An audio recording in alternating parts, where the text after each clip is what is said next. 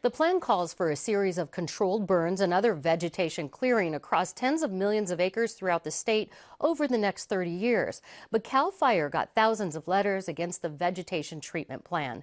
Here to talk more about why Southern California fire scientists oppose this plan is biologist Rick Halsey with the California Chaparral Institute. Welcome. Hi, Peggy.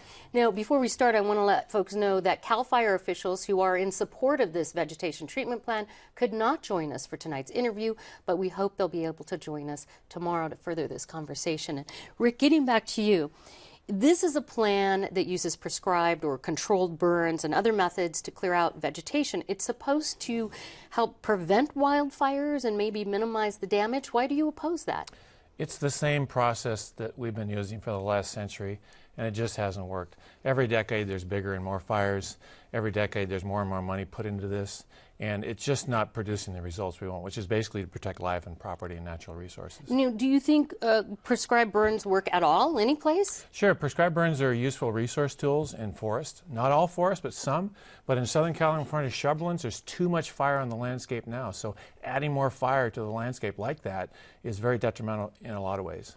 Give us an example of how. I know that you were pointing to this Silver Fire in Riverside as one example of why this isn't working. Right. Well, the Silver Fire burned within the 2006 Esperanza fire scar, where we lost five firefighters. And so essentially what happened was you had 7-year-old vegetation that burned, and we lost 26 homes. And so what really was going on there is you burned through a huge fire break, which wasn't supposed to burn. I mean, and people think, well, if we do these prescribed burns, we'll have younger vegetation, the old growth that we've gotten rid of.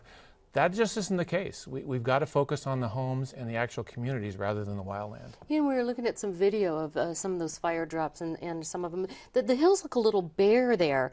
But of course, one fire like this can't really prove the point that prescribed burns don't work. What other sort of evidence, scientific, shows that, you know, these controlled burns really aren't effective, or even clearing the, as we've always heard, putting that barrier around your house? Well, again, actually, you want to focus at the house, and science is repeated over and over. The only thing that consistently works is to do fuel treatments directly around the communities, maintain your defensible space. Fuel treatments meaning? Meaning to, you know, manage the vegetation so you get rid of the deadwood, that kind of a thing. You don't want to clear the landscape, because what you basically do is create bowling alleys for embers, and embers are the things that take out homes. And we know this, and if you just, a lot of the homes like in the 2007 Witch Creek fire, for example, would have been saved had they just bought a couple $100 worth of ember-resistant vents.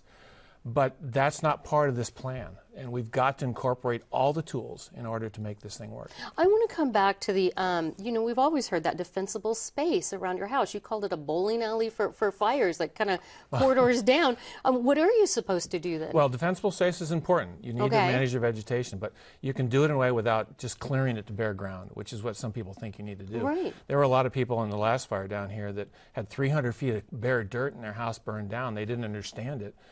So again, it's the ember issue. So what has to happen is we have to look at this stuff intelligently, look at what's happened in the past and what's worked and what hasn't worked, and incorporate that into this fire plan. One of the main issues in a lot of these homes that cause them to burn down were the palm trees and the acacia, which is a very favorite cultivar. It's a plant that is very flammable. And in the Witch Creek fire, afterwards, a lot of people just trimmed up their palm trees and replanted the acacia, because there's so much emphasis on wildland vegetation. This is the problem. It's the wrong focus. So the focus may be on what vegetation you should plant, or there's enough evidence out there to show that certain plants will make your house fire resistant? Work from the house out. I see. Instead of from in the wildland in. Okay. How is CAL FIRE working with critics like yourself of this plan? Are they working with you, and how are they doing it? Yeah, it's actually, the last 4 or 5 months have been wonderful. We've had a lot of contentious relationships over the years with local government, especially San Diego County, on this issue. But on the state level, CAL FIRE is really trying to collaborate, and we just hope this continues, because we don't know everything, they don't know everything, and essentially what needs to happen is that you have a collaborative process, so you develop a long-range plan that'll actually function the way it's intended to. And something different. Well, we'll certainly be following this closely. Rick Halsey, Director of California Chaparral Institute, thank you. Thank you.